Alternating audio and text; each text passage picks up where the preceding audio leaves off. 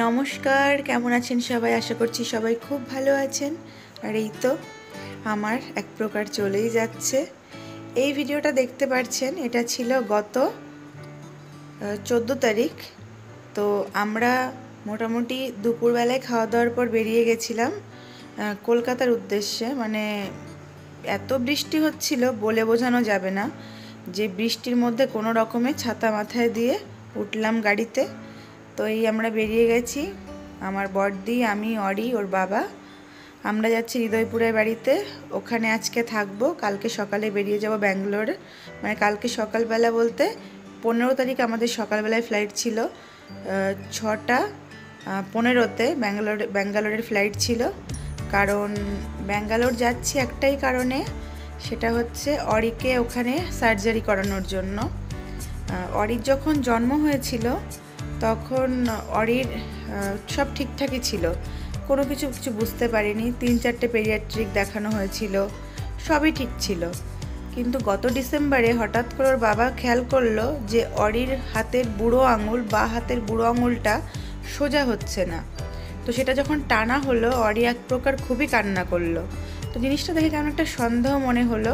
তো তখনই আমরা ওকে, যেই হসপিটালে ও হয়েছিল, মানে শারজাতে সেন্ট্রাল হসপিটালে, সেই সেন্ট্রাল হসপিটালে একজন পেডিয়াট্রিক, মানে পেডিয়াট্রিক নয়, অর্থোপেডিকের কাছে আমরা ওকে নিয়ে যাই। তো অর্থোপেডিক যেটা বলেছিল যে এটা ওর জন্মগত ট্রিগার ফিঙ্গার একে বলে। তো তখন আমি জিজ্ঞেস করেছিলাম, জন্মের সময় তো এরকম কোনো সমস্যা আমরা দেখিনি, কিন্তু ডাক্তারবাবু বলেছিল এটা জন্মের সময় ইনভিজিবল ছিল। ডে বাই ডে যেহেতু ও গ্রো করছে, তো ও গ্রো করার সাথে সাথে ওর সেটা আস্তে আস্তে ভিজিবল হয়ে যাচ্ছে। তো আমরা বললাম এর কি সলিউশন? উনি বললো সলিউশন একটাই হতে পারে, সার্জারি। এরপর আমরা খুব একটা জিনিসটা গায়ে লাগাই না বা বুঝতেও পারি না, কারণ এরকম কোনো সমস্যা আমরা কোনো দিন শুনিও নি। তো ভালো কথা, আমরা চলে আসি বাড়িতে। চলে আসার মোটামুটি 7-8 দিন পর ওর বাবা লক্ষ্য করে ওর ডান হাতের বুড়ো আঙুলটাও সেই একই রকম সমস্যা। তো যেটা দেখে এক প্রকার মাথায় চিন্তার একটা ভাঁজ পড়ে যায় যে এবার কি হবে। তো তারপর আমরা হঠাৎ টিকিট কেটে চলে আসি, ডিসেম্বর মাস যেহেতু আদিরও ছুটি ছিল, তো ডিসেম্বর মাসে আমরা চলে আসি একদম হঠাৎ টিকিট কেটে কলকাতায়। তো কলকাতায় এসে নারায়ণপুরে ডাক্তার দেখাই, উনিও ওকে হাতের আলট্রাসোনোগ্রাফি দিয়েছিল, আরও বলেছিল পরে যখন আসবে এমআরআই করে নিয়ে আসবে, কিন্তু পরে আর যাওয়া হয়নি সেখানে। উনি একই কথা বললেন ওটা ট্রিগার ফিঙ্গার। ব্যাস, আর কি করব। তো তারপর এভাবেই ছিল। এরপরই আমরা ব্যাঙ্গালোরে ডাক্তারের সাথে কথা বলি, সেখানে অরির রিপোর্ট দেখানো হয় সব কিছু। উনি অরিকে তখন না দেখেই বলেন এটা ট্রিগার ফিঙ্গার রিপোর্ট, আলট্রাসোনোগ্রাফি রিপোর্টটা দেখে উনি বলেন, এবং এর একটাই কন্ডিশন, এটা মোটামুটি 18 মাসের মধ্যে সার্জারি করতে হবে, নাহলে এটা লক ফিঙ্গারে পরিণত হলে তারপর এটা আর ঠিক হবে না। তো সে মতো আমাদের আসার কথা ছিল আরও আগে, কিন্তু যেহেতু আদির ছুটি থাকে না স্কুল, জুন জুলাইতে ছুটি পড়ে আদির স্কুল 2 মাসের জন্য, তাই আমরা সেভাবে জুন জুলাই মাসেই আমরা আসি। এবং বাড়িতে আসার কিছুদিন পরে আমরা আবার বাড়িতে এসে কিছুদিন ছিলাম, কাজকর্ম ছিল কিছু, সেগুলো মিটিয়ে এই যে, মানে বাড়িতে জাস্ট আমরা এসেছিলাম জুলাই মাসের 5 তারিখে, আর 15 তারিখ সকালবেলায় আমাদের ফ্লাইট ছিল। তো আমরা তো হৃদয়পুরে চলেও এসেছিলাম, এসে ওদিন ছিলাম রাত্রে ওখানে, পরদিন সকালবেলায় বেরিয়ে গেছি, কারণ যেহেতু 6:30 ফ্লাইট, তো 6:15-তে ফ্লাইট। তো যদি আমরা বনগাঁ থেকে বেরোই সেক্ষেত্রে আমাদের অনেক আগে বেরোতে হবে। আর হৃদয়পুর থাকলে রাত্রেবেলায় অরিও ভালো করে রেস্ট করতে পারবে, আমরা একটু রেস্ট নিয়ে মোটামুটি আমরা যখন বেরিয়েছিলাম ওই 4:30 মতো বাজে, তখন আমরা হৃদয়পুর থেকে বেরিয়েছিলাম। আর হৃদয়পুরের বাড়ির থেকে এয়ারপোর্ট একদম কাছেই। তো রাত্রে তো দেখতেই পাচ্ছেন কলকাতা শহর, এয়ারপোর্ট রোডটা এত ফাঁকা, রাত বাড়ার সাথে সাথে তো এই, মানে দিন বাড়ার সাথে সাথে তো এই রাস্তার জ্যাম আর কি, এই সমস্যা শুরু হয়। তো যাই হোক, এয়ারপোর্টে তো পৌঁছে গেছি। আর সাহস বলতে এখন ভয়েসটা খুব ভালোভাবে দিতে পারছি, কিন্তু সেই সময়টা পাটা যেন বাড়াতে পারছিলাম না। শুধু মনে হচ্ছিল এটুকু ছেলেকে সার্জারি করানোর জন্য নিয়ে যাচ্ছি, কি হবে না হবে। সার্জারি হাতে হোক, পায়ে হোক, বা যেখানেই হোক, সার্জারি কিন্তু সার্জারি। ওকে পুরো অজ্ঞান করে ওটিতে নিয়ে গেছিল। তো সেই যে মুহূর্ত আমি আপনাদেরকে বলে বোঝাতে পারবো না। আমার জীবনের সবথেকে কষ্টের একটা মুহূর্তের মধ্যে এটা অন্যতম, যে যখন আমার ছেলেকে ওটিতে নিয়ে গেল, আমি তো তখন ওর সামনে যাইও নি। যখন মানে ওটি হওয়ার আগে ওটি এরিয়ার মধ্যে একটা রুমে অডি যখন ছিল, তখন সেখানে আমার জামাইবাবু আর ওর বাবা ছিল। আমি ওখানে যাইও নি, কারণ আমার ছেলে কাঁদতে কাঁদতে চলে যাবে ওটিতে। আমি এটা দেখার মতো মনের জোর বা মনের সাহস কোনোটাই আমার ছিল না। এমনিতে আমি ভীষণ ভীষণ ভীষণ রকমের, মানে কি বলবো, আমি নিজেকে ভীষণ মেন্টাল সাপোর্ট দিই এবং মানসিকভাবে আমি প্রচণ্ড শক্ত একজন মানুষ, সহজে আমি ভেঙে পড়ি না। তো কিন্তু জানি না আমি এদিনটায়ও মানে আমার কি হয়েছিল, আমি চাইলেও নিজের মনে সাহস জোগাতে পারছিলাম না, কিছুতেই পারছিলাম না। তো আমাদের তো সমস্ত কিছু হয়ে গেল, এবার আমরা রওনা দেব।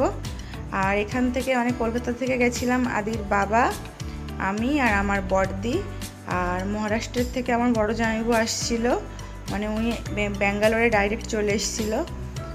আর বৃষ্টি তো মোটামুটি কি বলবো, যবে থেকে বাড়িতে এসেছি বৃষ্টি তো হয়েই যাচ্ছে। বৃষ্টি থামার কোনো একদম মানে বৃষ্টিরও ইচ্ছা নেই থামার, কোনো কিছুই একটা ভালো লাগছে না, একটা বেশ গ্যাদগেদে প্যাতপেতে ওয়েদার চারিদিকে। তো যাই হোক, এই ছিল আর কি।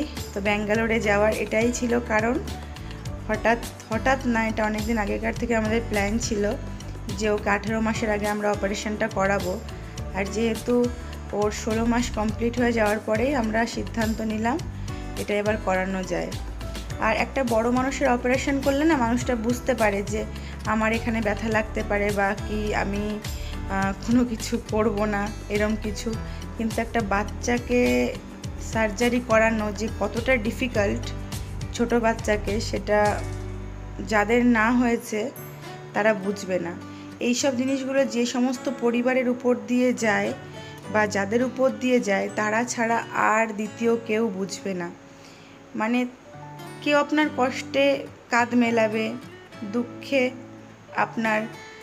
আপনাকে দুটো সান্ত্বনা দেওয়া কথা বলবে, কিন্তু জিনিসগুলো যাদের উপর দিয়ে যায় তারা জানে। তো এক মনে বলছিল যে না, সার্জারি করানোর দরকার নেই, আবার মনে হচ্ছিল এই যে বুড়ো আঙুলটা ধীরে ধীরে কি হচ্ছিল, আঙুলের গোড়ার দিকটা পুরো ফুলে শক্ত হয়ে যাচ্ছিল, অলরেডি ওটা লকের দিকে চলে যাচ্ছিল, যেহেতু 18 মাস ওর হয়ে যেত। তো ভাবছিলাম ছেলেটা বড় হয়ে বলবে, মা একটা ছোট সার্জারিতে আমার তো সব ঠিক হয়ে যেত, তুমি সেটা করালে না, দেখো আজকে আমার কি অবস্থা, আমি ভালো করে পেন্সিল কিছু ধরতে পারি না। তো এগুলো বলে আমাকে সবাই রাজি করালো, নাহলে আমার ইচ্ছে এরমও হয়ে গেছিলো যে না, চলো করাবো না অপারেশন। তো ব্যাঙ্গালোর তো আমরা পৌঁছে গেছি। আর অডি তো ননস্টপ যেগুলো করে, ও কখনোই চুপ থাকে না। আসলে আমার বাচ্চাটা এখনও বুঝতেও পারছিল না সেই সময়টাতে যে আমার সাথে কি হবে। যাই হোক, অডি না প্রচুর ভয় পেয়ে গেছিলো। মানে ওই যে আগের আমরা যেদিন গেছিলাম, আমাদের 6:15 ফ্লাইট ছিল। আমাদের যে হসপিটালটা ছিল ব্যাঙ্গালোর এয়ারপোর্ট থেকে, ওটা ওলা করে লাগে 1 ঘন্টা মোটামুটি 10 মিনিট, বা যদি জ্যাম না থাকে 45 মিনিটস টু 55 মিনিটস এইরকম টাইম লাগে। তো আমরা পৌঁছে গেছিলাম, আমাদের ডক্টরের অ্যাপয়েন্টমেন্টও নেওয়া ছিল, অনেক আগেই নেওয়া ছিল, মানে তার 3-4 দিন আগে নিয়ে রেখেছিলাম আমরা অ্যাপয়েন্টমেন্ট। আমাদের অ্যাপয়েন্টমেন্টের টাইমটা ছিল 11টা। তো আমরা ঠিক টাইম মতো পৌঁছে গেছিলাম। এবং এই যে ডাক্তারবাবু, ইনি ছিলেন প্লাস্টিক সার্জন, কারণ অর্থোপেডিক কোনো ডাক্তার যদি এটা করতো, মানে এই রিপোর্ট পাঠানোর পরে যে দাদা আমাদের রিপোর্টগুলো ওখানে দেখিয়েছিলেন, তিনি অর্থোপেডিক এবং পেডিয়াট্রিক সবাইকে দেখিয়েছিলেন, তাদের একটাই কথা ছিল, এটা আমাদের ডিপার্টমেন্ট নয়, আমরা এখানে সার্জারিটা করলে জিনিসটা আবার পুনরায় ফিরে আসতে পারে।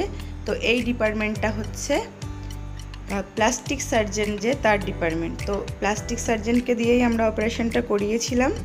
তো এবং এটা ফুল গ্যারান্টি 100%, এটা জীবন আর এরম হবে না, একদম ফুল কিওর হয়ে যাবে। তো এই মোটামুটি সব সিদ্ধান্ত নিয়ে পরিবারের সবার সাথে, পরিবারের বলতে আমার কাছের যে মানুষগুলো, তাদের কাছ থেকে সিদ্ধান্ত সমস্ত নিয়ে আলোচনা করেই আর কি আমরা বেরিয়ে গেছিলাম। তো ব্যাঙ্গালোর তো পৌঁছে গেছি। তো যাই হোক, ঈশ্বরকে সাথে রেখে, ঈশ্বরকে মনে রেখে, ঈশ্বরকে মাথায় রেখে আমরা বেরিয়ে গেছিলাম। আর আমাদের এই মানে এয়ারপোর্ট থেকে হসপিটালের দূরত্ব ছিল ওই 1 ঘন্টা 10 মিনিট মতো।